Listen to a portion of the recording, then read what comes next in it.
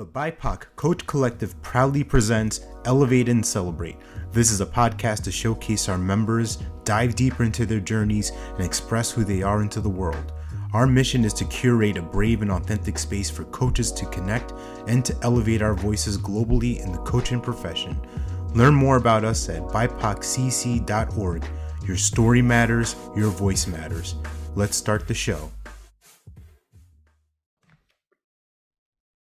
Welcome to this month's episode of Elevate and Celebrate. I have a special guest coming up in just a minute. Her name is Kenyatta Turner. She's one of our members in the collective, and she is sharing so much about her journey into entrepreneurship, why behavior matters, and how she is helping coaches of color and other entrepreneurs and business leaders around the world tap into their behavioral superpowers. And we're going to help discover them, uncover them, unleash them into a whole different space so that they can be the most effective, the most productive as possible. You get to hear her influence of her family and what different circumstances and obstacles in her life actually springboarded her into this space of entrepreneurship. So I encourage you to listen to this from a place of what can I grab from this? How can I learn? Because this is somewhat of a masterclass. It's a little bit longer of an episode than we've had in the past, but there's so much in here. There's so much richness within this episode that I didn't want to turn this off. I didn't want to block the messages being received. This could be something that could transform your life. And she's going to be a guest facilitator this month, May 12th. She's going to be sharing more about behavioral superpowers and unlocking them. So if you aren't registered for that already, make sure you tap in. It's going to be in the show notes. And I'm excited to share this episode with you. We as the collective are excited because there's so much power behind it and you're going to get so much value. So we appreciate you. Make sure you leave a subscription. Make sure you leave a rating, leave a review so that we can honor and elevate Kenyatta in the highest way possible and show our appreciation with the feedback. So all that said and done, let's start this show. All right, I am joined with Kenyatta Turner. You are here. Welcome. I made it. We're here to elevate and celebrate you. And one thing I want to definitely kick this off with is that you are gracious enough to be a facilitator for us in a couple of weeks, May 12th. If you haven't registered already, make sure you do. It'll be in the show notes. So you don't have to give away the whole farm, but give us a quick snapshot of what are you going to be sharing with us and supporting us with? I am going to be helping the BIPOC Coach Collective coaches discover their behavioral superpowers. Yeah. Discover, uncover, and unleash them is what we're going to be doing. So for you listening, if you want to be discovered, uncovered, and unleashed, that could mean a whole different thing for a whole different subject. But in this case, it's all about behavioral superpowers. Yes. If you want those unleashed, then you know where to go. There. So I'm curious now. I got to hear about your origin story of your superpowers. How did Kenyatta become created? Well, so I'll start with telling you that my behavioral superpower style is I'm an outgoing, fast-paced influencer.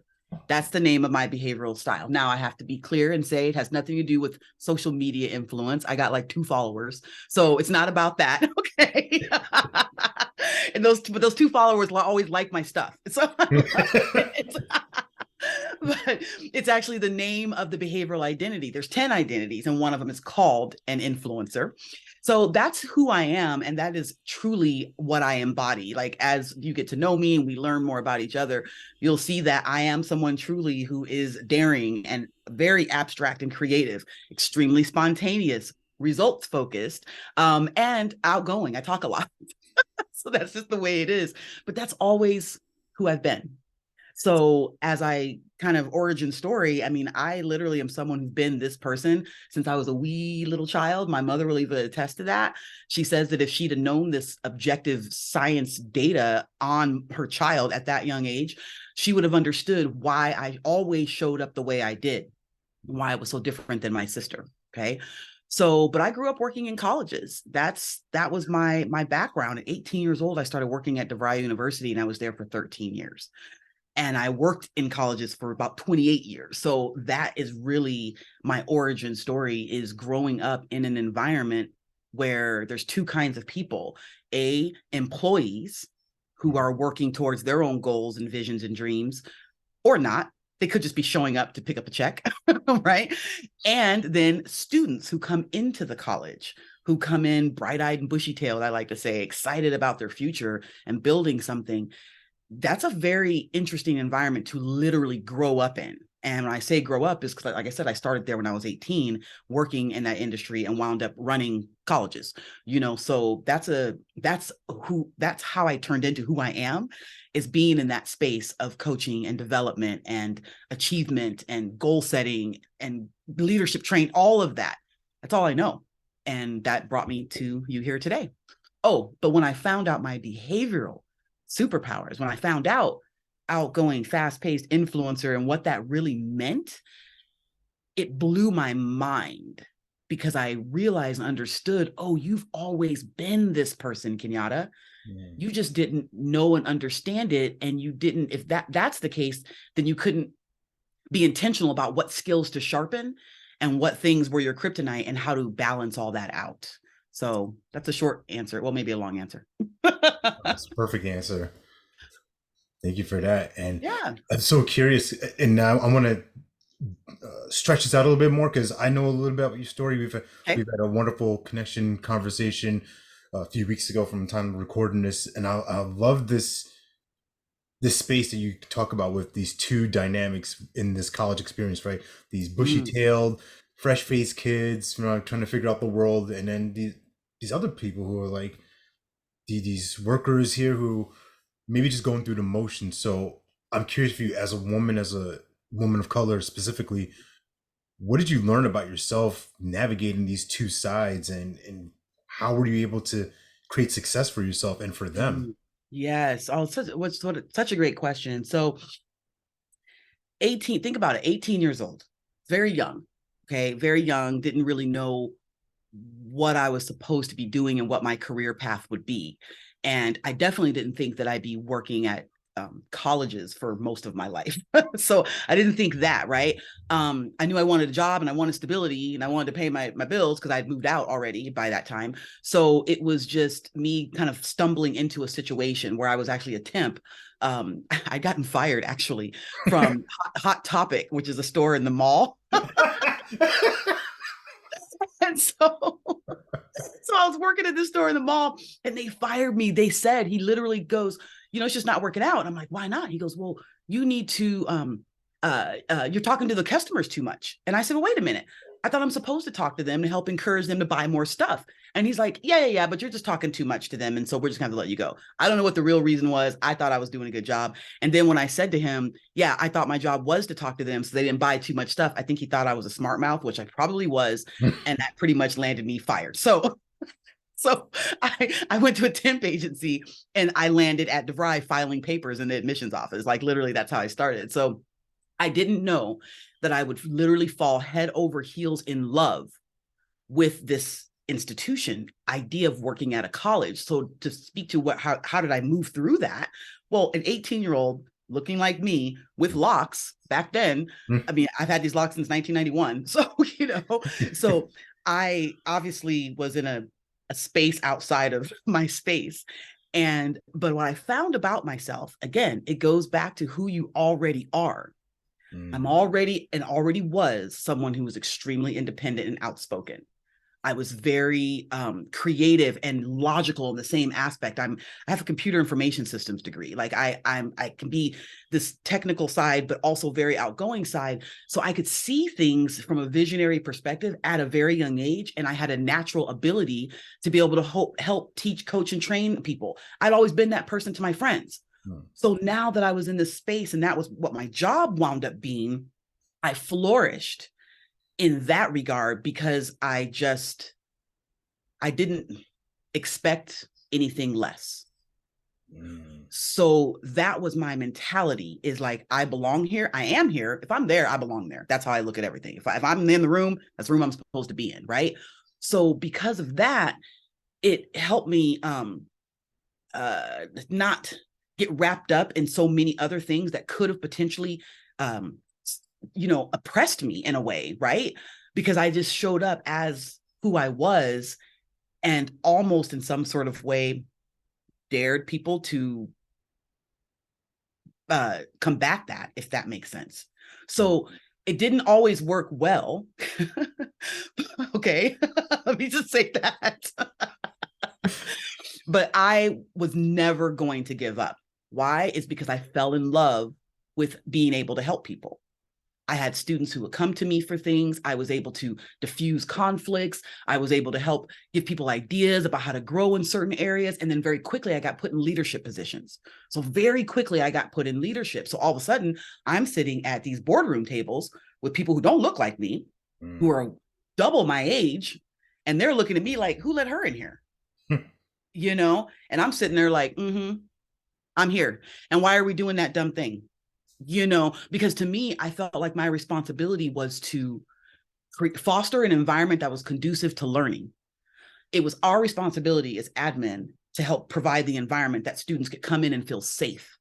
Most of the students spent most of their days at our campus. So we had to make sure that they were safe and happy and they got what they needed. And administratively, all the red tape and the things that go around, and the money, because I worked from for-profit colleges. So that's a whole nother ball of wax. I mean, it's about money, right? So a lot of decisions were made, and they weren't always in the best interest of the student. And I was vehemently fighting against that. I would be like, I'm not doing that thing. You have to fire me. I'm not doing it. And again, risky, because that's my style. I'm very, very risky. So I would take those risks. And I think because of those risks, I helped those colleges thrive. My career exploded and students graduated. And, all the things happened because I would just fight for them. Now, on the flip side of that, the employees, I treated them the same way. Meaning, I felt if you were working here, if I had hired you, or you're in my department, or even if you're in another department, because I was the busybody that wouldn't just stay in my own department. My nose was in everybody's department. Because again, I felt like it was my responsibility to really do what I could to help this entire institution. So I was almost like an entrepreneur that had a job, meaning I saw the vision of what we could be. And then I surrounded myself with people who would help me support that vision. So I had extremely great mentors, friends, people who believed in me, trusted me, saw that I was deliver what I said. And then my teams performed very well. But all that I learned on the fly. So I don't know. No, I It love shaped that. me to who I am today. I didn't know what I was doing. There wasn't coaching then, but that's what I was. I was a coach. Yeah. But that wasn't the term that we used for what I was doing. It was just my job. Yeah. I hear this a lot from most of human history, that coaching wasn't really a word. The word for coaching is leadership. And, Yes. just experiencing you and you giving us a quick snapshot of your history. I mean, you're this rational, creative rebel, right? This is person who just, Yes.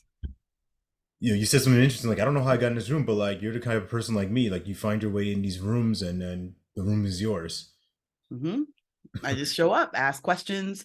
The influencer part of me too, and the outgoing, and again, behavior matters, right? That's my hashtag. And it really is true to form that when I read through all my reports and I've been coached on my behavioral styles and tendencies, and my superpowers and my kryptonite, I had to think back to my career path and how I handled certain situations and how I was able to influence things that I know no one else could have pulled off because I could see it.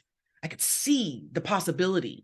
And then I just knew if I just talked to certain people or asked certain questions, I could see how to make it play out. And I will go about that. And it was interesting. There's one of my mentors, his name is Kevin, and he actually is an influencer too, which is interesting. We're two different types of influencers, but we Right. both are influencers. And I would come to him with the most harebrained like things like, we're going to do a roller derby. We're going to get a roller derby ramp and put it in the parking lot. And we're going to do all this. And he'd be like, what? We can do it. But he would see the vision too. And so I would have the crazy idea. And he was the one who was very structured, and he didn't like risk. So I'm risky, but he didn't like risk. So he would take my crazy risky idea and mitigate the risk in order to make the thing happen. And so we would do these things. And literally, I worked for him. He was the president of campuses. We worked at various schools together. Like he would call me up and be like, Kenyatta, I don't know what you're doing right now, but I need a director of admissions over here. Like, what are you know what I mean? So he really helped support and nurture and taught me. I learned a lot from him about how to navigate very difficult waters in a college organization and be able to do the right things for the student every time. And I mean, I have mad respect for what he taught me and how he believed in me. And we're still friends now to this day. So the people you surround yourself with are very, very important. And I can tell you this, it does not matter what they look like. What matters is what they have in here. Yeah. And the connection and the energy between you and that person can move mountains. Yeah, well said. I love that. That has been very evident in my life, just within this collective, right, of different people's powers, right? And I love that you saw that for yourself, of these superpowers, like, risky, energetic, willing to risk it all. And this gentleman's like, he's an influencer, but he's a different type. Right? Doesn't make it less than, doesn't make it greater than. It's just, this is a different shade, and he saw something different and was able to slow it down, and you actually were able to move faster as a result of that. Yeah, if without him, I probably would have broke some stuff. You don't strike me as a glass breaker, and he made sure we don't play ball in the house. Kenyatta's already got the. He made sure we could still do the thing, because and the roller derby thing is a thing that happened. I mean, like he was able to make sure that happened, and we didn't get no one got in trouble for it, right? And found the budget for it. That is it. Now, you touched on a little bit before, and I want to just even go further back. Sure. Right? You touched on mom. Yeah. Can you express her influence on your influence on people? Mm-hmm. My mother is also an influencer, which is interesting. So I'm an outgoing, fast-paced influencer. She is a take charge, fast-paced influencer. So again, we're different, but we are very similar. That take charge piece, I just calculated that when I was a child, chalked it up to bossy, right? And I tell her that, But the interesting thing is that she and I were so alike in many regards that a lot of this happened. Yeah. Okay. And we didn't truly understand it, especially in the context of my sister, who is what we call a facilitator. She is more reserved. She's planned and she's anchored. So very much the opposite of me. Okay. But she's older and like 6 years. But what happened is very interesting, is my mom will attest to this as well, is obviously you have these two children that you're raising. You've got me, Kenyatta, who walks into a room, is talking to everyone on my way to my seat, right, in class, getting in trouble for doing too much. Then we have my sister, much more calm, more reserved, very harmonious, loves balance, loves peace, and I'm just like, what can we shake up, So who do you think was in trouble? Okay. And who do you think got told, well, you need to be more like your sister? Tone it down. Right? Yeah. So my mom, we had conversations once we learned about our behavioral superpowers, the three of us together. We got coached on that because we were a very tight-knit little family. My father passed away when I was 16. And that's a story I'll share in a moment. But so we three were very tight. But this coaching that we got around this information really opened our eyes to why we were the way we were and why we had some of the challenges coming up, right? And so where me and my mother would, butt heads, it was because we both were trying to influence each other, if you will. My sister is much more on the cooperative side. So I'm trying to influence my mom. She's trying to influence me. She's like, look, you're a kid. Why are you even talking? And I'm like, I got stuff to say. And I don't agree with everything. And I think this is a better idea. I couldn't help it. I wasn't just outwardly being insubordinate. I was wired to think that way, right? My Yeah. sister would be like, Kenyatta, why don't you just be quiet? Like, why do you got to question everything? I'm like, because I don't like it. You know what I mean? And so that was a hard lessons for me to learn, right? And so, but now as adult grown women, we have such understanding and respect because of this data that now we can look at and go, oh. So imagine, think about children. And because you could give this exercise to a 12-year-old. When you know that one child is like me and one child is like my sister, then you're going to realize, well, it makes no sense to try to make me be like my sister and to try to get my sister to be more like me, you know. Stop trying, you know, because they're not wired that way. So instead, teach them how to grow in who they are. And that's some tearful conversations that me and my mom and my sister had, just revelations about you know, just how things were different, but how they would have been if we'd had access to this type of information, right? So there's a lot of apologies and a lot of understand, you know, just deep conversations. And now the level of understanding is so deep, like it's like reading, it's like a crystal ball. Like we understand each other at a level that just, you know, it's going to be fun for the rest of our lives as we spend this time together. So, but she, my mother, always been on stages, always been an entrepreneur, always, you know, influenced the women around her, you know, on boards. And I mean, I'm the same thing, you know, now. And so it's interesting watching, you know, that development in me. I see myself in her, uh, or I see her in myself in so many aspects that are all good, you know, and now we know how to control our kryptonite in a different kind of way, because again, without that understanding, you could find yourself in trouble. So. Yeah, that's powerful. Thank you for sharing that. And I'm gonna, you hinted at this within this last part, and it's really relevant for me because where I am in my life right now, I'm 39, Okay. and so for those, I know the story, but I would love for you to share what 39 means to you, how it has influenced your career, your entrepreneurship now. Yeah. Um, so when uh my father passed away when he was 39, I was 16, and I lived with him at the time. It was just he and I. My mother was nowhere around at that time. She was having some of her own challenges during that time, and she was not part of my life actually for that period of my life. And my sister was older, had moved out, so it was just me and my dad. And um, he got sick. He wound up getting HIV, and it was actually pneumonia that wound up killing him. But I remember being told, when I was told that he was sick, the doctor told me that he would live at least to see me graduate from high school. Okay, that's what thought process was. This was back in '91, and he did not. So he passed when he was 39, and I used to think that 39 was very old. So as a 16-year-old, 39 seems old. Okay. Yeah. And I didn't think I would live that long, quite honestly, Alex. I thought that for some reason I wouldn't even make it that far. And maybe it's because of the fact that he didn't get past that. I don't know what it was, but in my mind, I'm like, you're probably not even going to live that long, Kenyatta, right? So I went about my life. It's very, very difficult. I can tell you there was a pivotal moment. Again, your childhood, your ACEs score. There's something called an ACEs score. And if anybody listening doesn't know what that, look it up online. Adverse childhood experience score.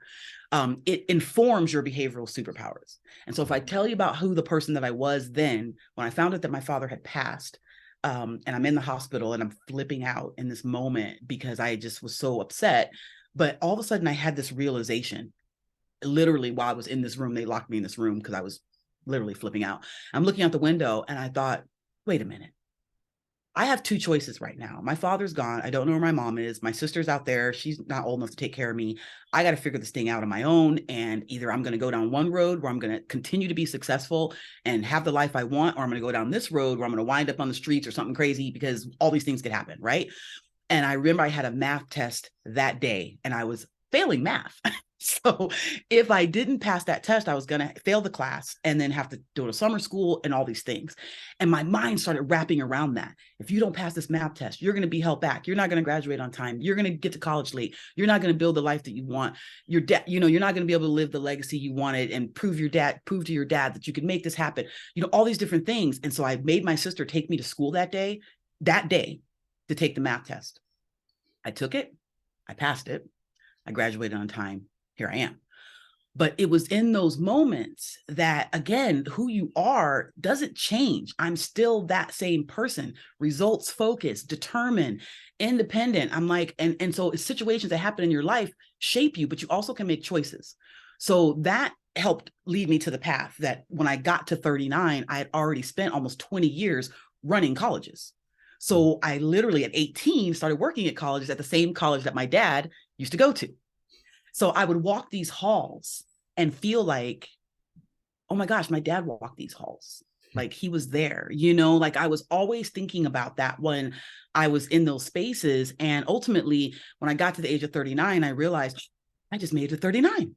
I mean, literally, it happened like that.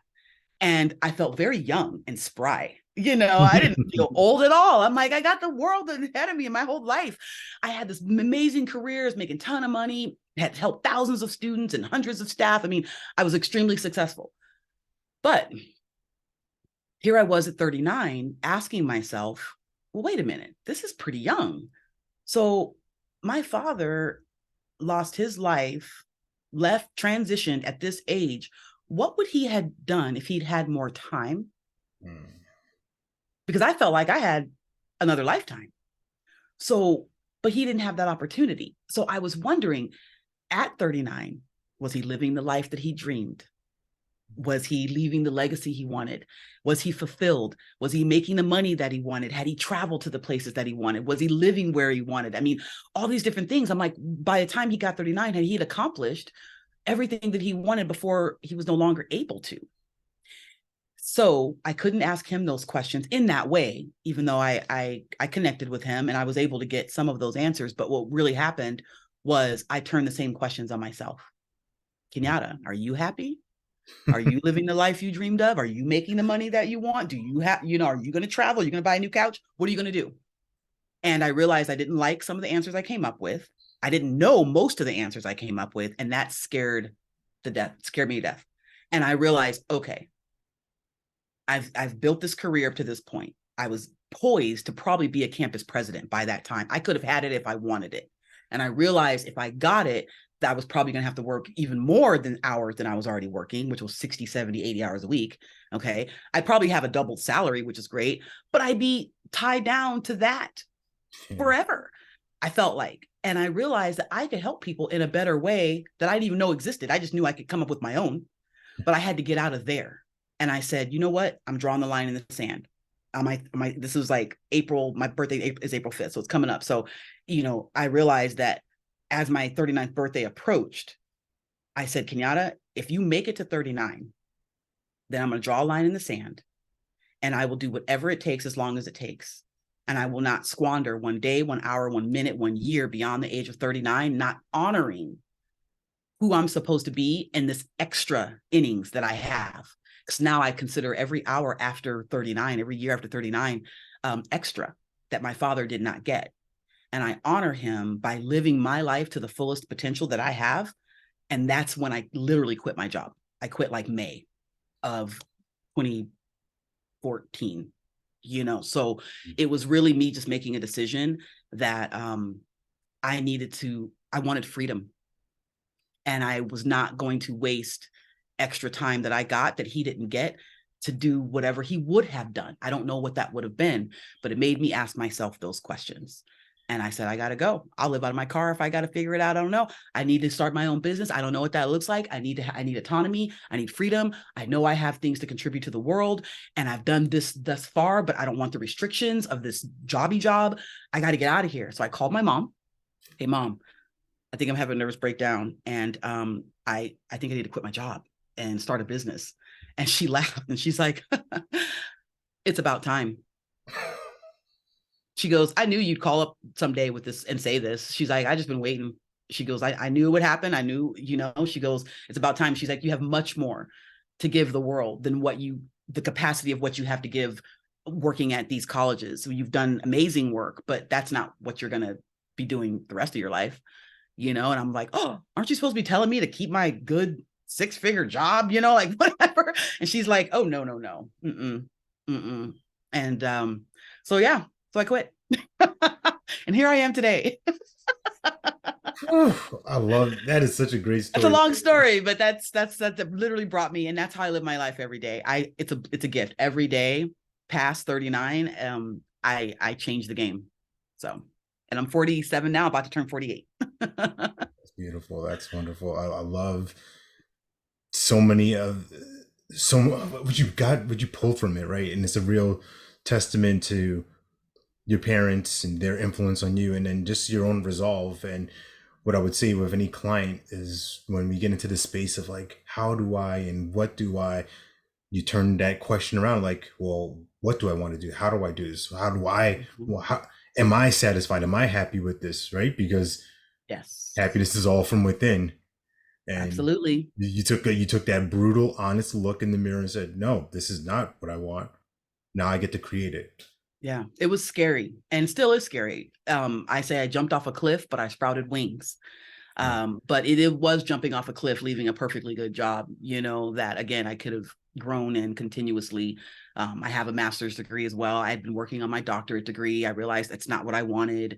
And it's been challenging. Like I said, I could almost, I'm like, I'll live out my car if I have to. I almost did, you know what I mean? So it's like, yeah, it's not easy, but again, when you have the burning desire, for those of you familiar with Think and Grow Rich, Napoleon Hill, Yeah. I read that book every 12 weeks. I study from it, I teach from it, and I understand how to do what he teaches in that book.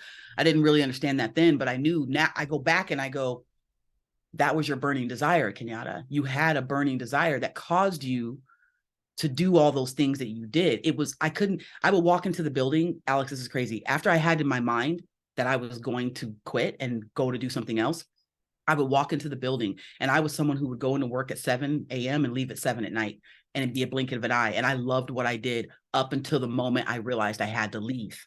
Up Mm. until the moment I realized I had to leave. Okay. Because then when I walked into the building, my skin started crawling. I would show up at 8 and leave at 5. And people would be like, where are you going? And I'm like, I'm leaving.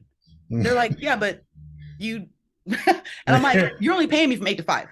So I'm out of here. Right. And I was a salary. So, hey, those of you who have salary jobs, it ain't all it's cracked up to be if you work 80 hours a week. You know what I'm saying? So I loved what I did. I was good at it until the passion was gone. And then I realized, oh, because I thought I could fake it. And I realized I can't. I'm not someone who, if my heart and my soul is not in it, I'm just not good at it. I realized I was no good to my team. I was no good to anyone. And I couldn't even be there. And again, I was more afraid of what would happen if I stayed than afraid of what would happen if I left. Yeah. And so I had to leave. I had to pick the fear that I was, you know what I mean? Because I'm like, well, I don't know what's out there in that crazy entrepreneur world, but I'm going for it because I don't want to wake up here 20 years later, be sitting at this desk. And so again, jumping off that cliff with no plan. I had no job, no business, no anything. My mom is like, called me 6 weeks later, like, what are you doing? I'm like, I don't know. She's like, come to me to a networking meeting. I'm like, what's that? I don't know what that is. I had a job. Why would I go to networking meetings? You know what I mean?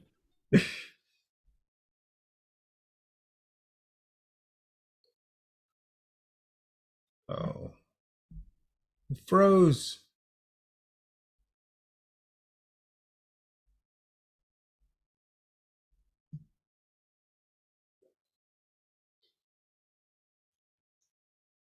Plan, right? And I started getting introduced to books and Oh, things here like you that and are. all kinds of stuff. So anyway, Oh, yeah, my you got to internet. slow me down. Yeah, my internet froze up. Oh, okay. Yeah, yeah. You were so on fire. You like short circuited my internet. Hey, I break things. So what I caught from the last part was you go into the networking meeting, Hmm. and then Yeah, networking meeting my mom took me to, and all these women are standing up talking about their jobs that they're business owners, right? And I literally was wanting to sell. I have a bunch of vintage clothes and things like that. I'm like, I'm going to sell this stuff on eBay. Like that was going to be my business. And I met someone introduced me to Legal Shield, and I still have those vintage clothes. Actually, I'm opening up an Etsy store for it now. But anyway, so introduced me to Legal Shield, which ultimately I'm still with them now. And I started that business, so I'm on my 9th year. I have a convention next week. Ooh, and I'm winning an award for selling 1,000+ memberships. So I'm so excited. Yeah, I'll get an award for that.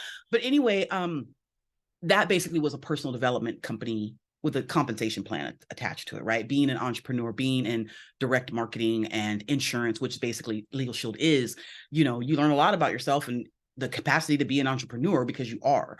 And so I grew so much through those relationships and all the coaching and teaching and training that I got immersed into this personal development world, which was brilliant. And I was making money and I built teams and all that. And then I started working specifically more with small business owners, making sure their businesses are protected. But during that time, I realized I missed colleges. I missed the students. I missed that personal growth and development, that mentoring, that coaching, that teaching, right? And so I wound up taking a job that had me teaching really part-time, basically a personal development course for community college. And I did that for about 6 years. And I taught once a month about 8 to 15 students for like an 8-day session. And I had complete freedom to teach the class however I wanted. And so I really was sharpening my chops during that, teaching these students who were trying to get their GEDs, that I realized that every single thing and challenge and process that they had to go through of going to get their GEDs as adults are the same things that everybody else is going through trying to accomplish any kind of goal. You know, there is no difference. The goal is just get a GED versus find a job or, you know, build a business or lose weight or whatever. It doesn't matter. So I really started cultivating the personal development training and growth I was getting from my associations in Legal Shield and all the different people that I surrounded myself with, learning to meditate, reading different books, all these things. And I just started building my own programs to teach to these students at the college. And then one day it occurred to me, wait a minute, I need to do this from stages. What am I doing? This college isn't paying me enough money. You know what I mean? And I need to talk to more people about all different areas of life and start, you know, but I didn't know what that looked like. I didn't know I had a job, you know? So I would speak from Legal Shield stages and do trainings, but it was different, right? I wanted my own thing.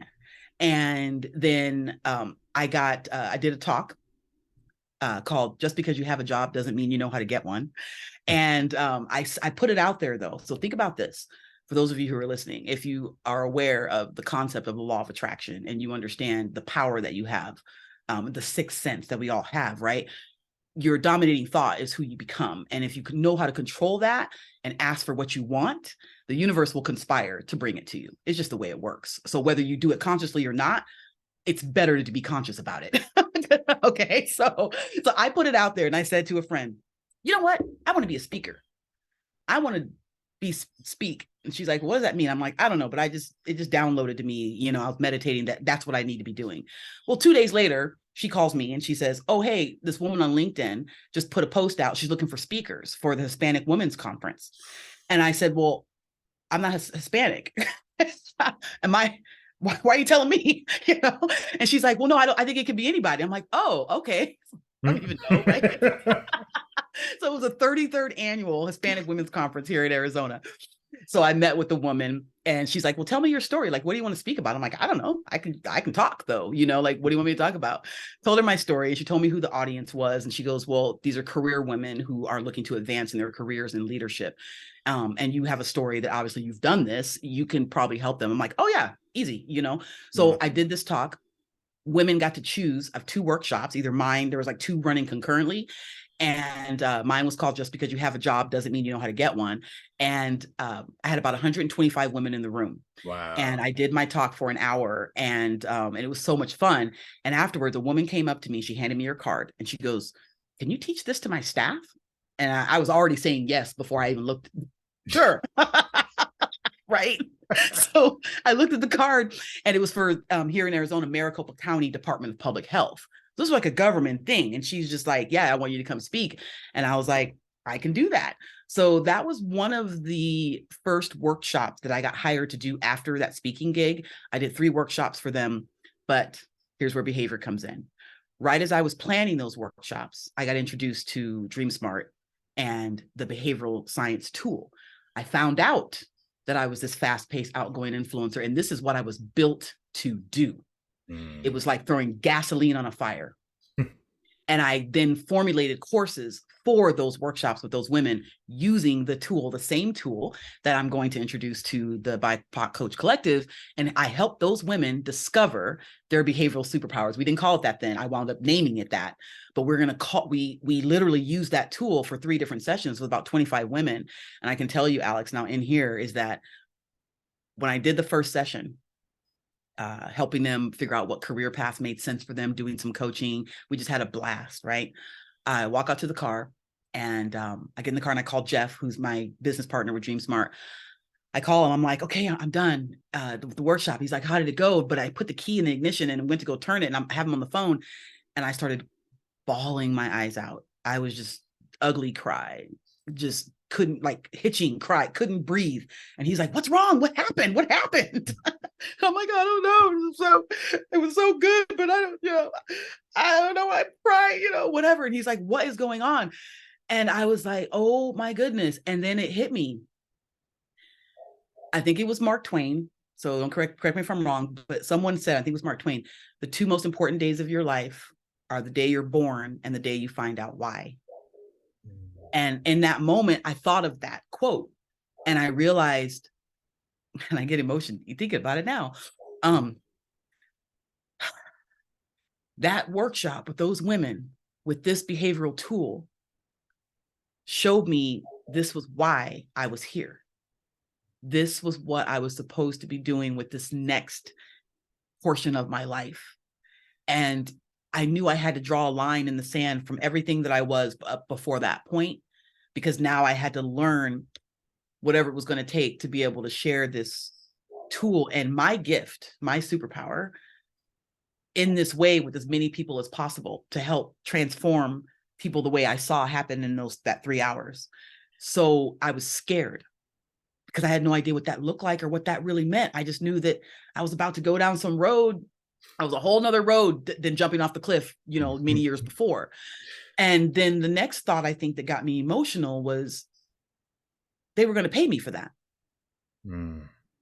Like they were going to pay me for this thing that I seemed to be able to do so effortlessly. And that, again, it was a lot to kind of process in a moment. I was used to getting like a paycheck, right? And so I didn't know what that really meant, but I knew that I have big goals, big dreams. I need a yacht. Okay. It's going to be called the Yatta, right? I know what my life holds for me. Okay. You know what I'm saying? I want to travel the world. I want to speak all over. I know what I'm capable of and where I'm going. And so this moment was a defining moment going, oh yeah, you will have that, Kenyatta. Get ready. And it was just a lot. And so then I literally joined forces with DreamSmart and we revamped things. And here we are today, almost 4 years later, with our own tool, creating our own methodology around it and training coaches to use it. And I mean, back from that first day to where I am now, and we are just getting started. We need more people like you and I to have these kind of conversations. And those of you who may be listening to this, to be a part of this behavioral superpowers movement that is going to change the world, especially for those who look like us. Yeah. Wow. I mean, you already know this. I said this to you, and I want to just reiterate the flowers, right? You're just this magnificent powerhouse of a speaker, of a person. Thank and you. We're so thrilled and blessed that you found your way into the collective. And I just I would love you to just share that, like, how did you find us? And yeah. So Jeff Morris is one of the co-founders of DreamSmart Academy. There's several of us. There's 5 of us, really. Jeff Morris, Dr. Greg Spencer, Ted McLyman, Terry Hawkins, and myself. And we are a Black-owned behavioral science firm, okay? And this is what we've created. And we don't only work with, Black folks, right? It's not about that, but that's who really founded this company and the premise from which we build many of the things that we build. And there's an organization that we're a part of called a strategic business unit. And in that unit, there are several individuals, and one of them is named Michael Tucker. So that's how I met. So I got introduced to the SBU through Jeff Morris. They're like, it used to be actually a group of only men, which is interesting. And they realized, why don't we have women in this group? So maybe I just got in because I was a woman. I don't know. But there's several women in the group now, right? So and this is a Black and brown community. It truly is, you know, this SBU group. And so anyway, I got introduced to the group. Michael Tucker's in the group. We've had some conversations, and we were talking one day about the behavioral superpowers and kind of what we do and coaching. And I was sharing with him that many of our coaches who have been certified so far happen to be in the BIPOC community. They just, the way, I mean, it's who we are, it's who we attract, it's who we talk to. And it's not just that, but there's a lot of that, right?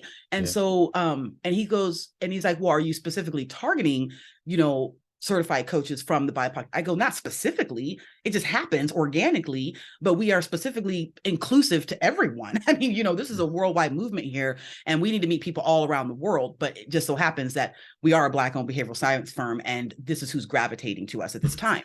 And he said, have you heard of the BIPOC Coach Collective? I said, no, what's that? Sounds like something I need to know about. so I looked it up and then filled out the form that you had. And this was maybe 3 or 4 months ago, maybe. Yeah. And so then I filled out the form. I got in the Facebook group, didn't get too much involved like right away. And then just kind of stayed connected. And then you offered the membership. I was kind of watching from afar. And then you offer the membership. And I'm like, I'm in. This sounds great. I kind of get a sense of what you're building. Watching the podcast that you did with Reem was really powerful for me, because it helped me, you know, hearing her story and what she did and how it came to be, that helped me have a better understanding of kind of what the vision is and where this organization you've created is going. And then of course I started thinking more in depth about how I wanted to be involved, and then how I could help the group, how I could bring value and resources just from my own network, you know, into the group. But also there's so much to learn from everyone within the group. It's been phenomenal. I just love just everything about it. I love the people that I've met. The energy is so amazing and powerful, and it's the place to be. So I'm happy that I'm a part, and I'm bringing Jeff with me and probably some others, you know, as well, to be members of the organization. So we're just getting started. That's it. Yeah, and we appreciate you. We appreciate so much about who you are and what you're going to be able to contribute, what you have contributed so far. And then obviously we talked about this at the start. May 12th is you're gonna lead a facilitation call for our members, and you're going to help us, like you said, discover, uncover, unleash these behavioral superpowers and so much more. Mm-hmm. And I would just love to hear from you, even beyond that, like what's in the forecast. I know you kind of hinted at some stuff before as far as work and things like that and certifying coaches. So please. Absolutely. So with Freedom Empire Consulting, that is my own firm, right? I speaker, coach, trainer. The coach is because I'm a behavioral superpowers coach, where it says coach, influence, protect. The coach is, you know, BSP coach. Influence is because that's my behavioral style. Protect is the legal shield piece. So a lot of the work I do just from Freedom Empire, you know, I'm a free agent when it comes to that. But however, everything I do from a behavioral lens. I'm always using this tool and this resources in all the areas of my coaching, teaching, speaking, all of it. DreamSmart Behavioral Solutions, I'm the co-founder and the chief behavioral superpowers officer. So I do a lot of the trainings, a lot of the development, a lot of the programming, and I also use the tool in 2 different ways. We do collectively. One, like B2C, consumers who want to find out more about themselves. So if you would go online, let's say, and Google personality tests, right? Well, taking our behavioral assessment is one of the things that you could do to learn more about yourself. However, very important to note, listen carefully, those of you listening, this is not a personality test. We are in the same family and umbrella as psychometric assessments, but we don't measure personality. That's something that changes over time. And that's great if you want to measure that. We measure what hardly ever changes, which is actually who you are. Okay. So your personality, you can get a new one if you like. Behavior, not so much. You're kind of wired a certain way, and that's the way it is. Doesn't mean it can't change, but that takes consciousness and intentionality. And the question to you is, are you willing to do that work? Okay. Many people are not, doesn't mean you can't, but behaviors underline the surface of everything that you are. So people take the exercise just because they want to know that. And that's beautiful, because again, that's part of self-development, self-awareness. And it helps people, everybody wants to know who they are. You know, that's the age-old question. Who am I? Right. So we help people know not only who they are, but why they are. Okay. That's a very different kind of scenario, why you are. Okay. So that's one side. The other side is people who want to be trained to use this tool in their own businesses, their own coaching practices, their HR departments, classroom management, relationships, dating, health coaches, whatever, it doesn't matter. So I also have a certification course where I train people to use the tool, just like someone might get trained in DISC certification or Myers-Briggs or Enneagram or Colby or Strength Finders or whatever. We're in the same family. So we certify people to use the tool in their businesses, as well as teach them how to use the tool for their own behavioral awakenings, we call it. So I have many coaches that we go through a process with them. It's like a 2-day fast and hard, like 2 days virtual, like fire hose of information, because it has to be that way just initially to learn about the 10 behavioral identities, the 8 behavioral factors, the 16 sub factors. And then after that, we meet every week for 4 weeks for what I call a proficiency practicum, where you have homework. Yay, homework. I worked in colleges for 28 years. So you get homework, right? And that homework are different things. There's readings, there's different things you need to do from our basically our textbook, and some videos you need to shoot. You need to practice using the tool, because basically in order to be certified, I need to be comfortable and confident that you have some proficiency in using the tool. So this isn't just like watch a couple video courses and yay, you're certified. No. This is literally a behavioral transformation that happens for the coach, and then they happen to know how to help other people. So it's a very different type of situation. It's more personal development than it is anything, quite honestly. But then, of course, then you join what we call our extraordinary league of behavioral superpowers coaches after that. So we have a training coming up in May. So May 20th and 21st will be the 7th cohort of behavioral superpowers coaches. So if you want more information, then hit me up about that. Fantastic. And yes, please let us know, where can we find you? How can we stay in contact? Yeah, so you can absolutely. So connect with me on LinkedIn. LinkedIn's my jam. So I love that. Just Kenyatta Turner. You can find me. And if I'm doing anything right, when you Google my name, it should come up with my LinkedIn and my website and everything. But you can go to freedomempireconsulting.com for my own site, and DreamSmartBehavioralSolutions.com to get more information specifically about the behavioral science firm and the tools and things like that. So, but LinkedIn, freedomempireconsulting.com, DreamSmartBehavioralSolutions.com, or you can just call me 602-367-1069, whatever. And don't be weird if you call her. Don't be weird. And you, but just don't be weird. Yeah, sometimes people tell me, they're like, oh my gosh, you give out your phone number. I'm like, I've had the same number for 30 years. I don't know. You can look it up. You can find it. It's not, so you can call me, or text me or anything like that. I'm cool with that. But I love to chat with you. I mean, really, if you are going to connect with me, what I would really prefer is let's just have a chat, like grab my Calendly link from my website. And let's just set up a little 15-minute chat to get to know each other a little bit better as well. So, yeah. Beautiful. This has been so rich in nuggets and wisdom, and your excitement, your energy, enthusiasm. And I think that's why we really hit it off, because it's Absolutely. Fun to see somebody else who's just like I say, rocket fuel. Like, all right, this person's going. Like, let's go. Yeah, that's the game. That's the fun. What are we waiting for? Yeah. I want to close this off with this. Is there anything that you haven't said that you wanted to share with us yet?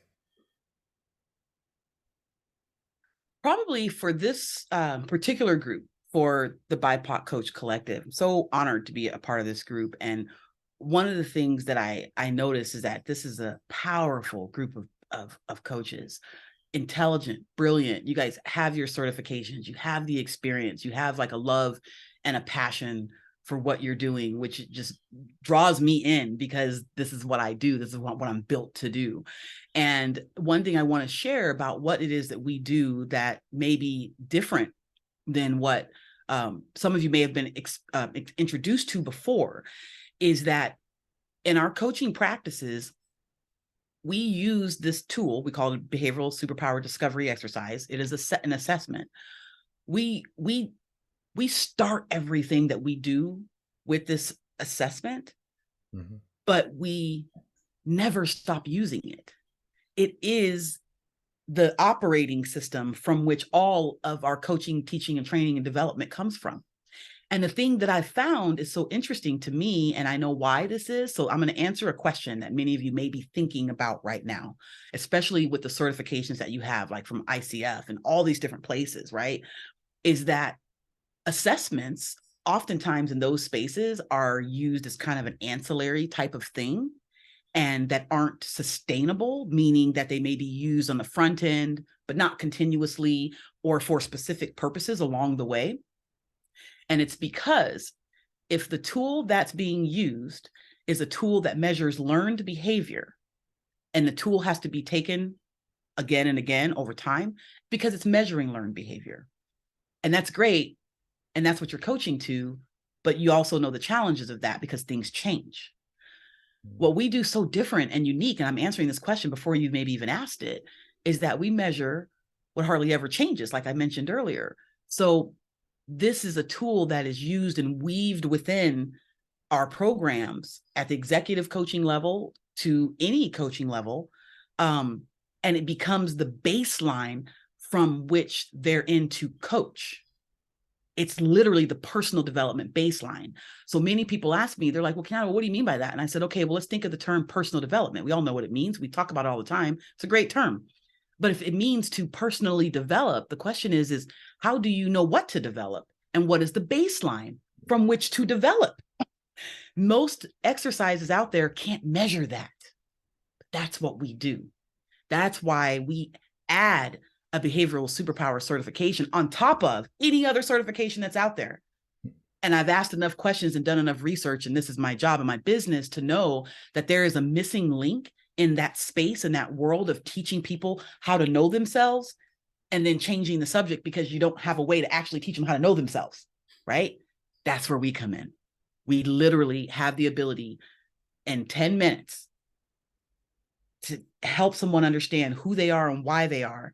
And it's a lifetime worth of results. And we never stopped having that conversation. So that's what I wanted to share. I wanted to answer the question for someone who's thinking about that, going to, wait, did she say that we can't change and people can't change? I think that's what that woman just said. If that's the case, then what am I even in business for? Yeah. Think about that for a moment. I didn't say we couldn't. I said, but we can measure the thing that almost doesn't change because it's who you are. It's who you are. And we're not trying to change who you are. We're trying to enhance who you are. So your superpower does not become your kryptonite. But we just tell you the truth. You do whatever you want with it. So that's the last thing I wanted to share. And I'm so thrilled about this journey, but I'm thrilled about taking this journey with you all as well and having me a part of, this collective and the podcast and everything like that. And I'm excited about the 12th, excited to have you all take the exercise and discover what it is I'm talking about. I want to show you, let you experience it, on your own. But this is who we are and this is what we do. So #behavior matters.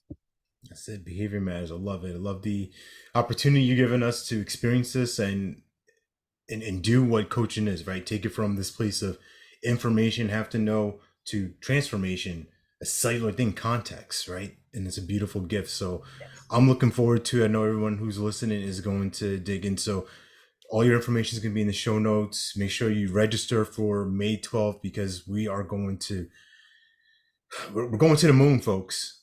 So buckle up, get your capes on. If you want to bring a costume to if you want to bring a costume to the call, the world is yours. The gates are open, and that's it. So I'm really excited. Thank you for allowing us to elevate and celebrate you and all that you've accomplished so far, and what you're going to continue. Because this is just, like I say with anybody, we're just getting started.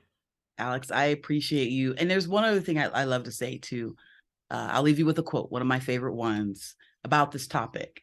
When you come to the 12th, think about this. To know yourself and others, you must first sacrifice the illusion that you already do. So to know yourself and others, you must first sacrifice the illusion that you already do. That's my final parting word. Beautiful. Close it up from there. We'll see you next month, folks, and we'll see you on the 12th. Stay blessed. Thank you. Thanks for watching this episode. If you got value from this, please subscribe and leave a rating and review. And feel free to connect with us at bipocc.org. See you next time.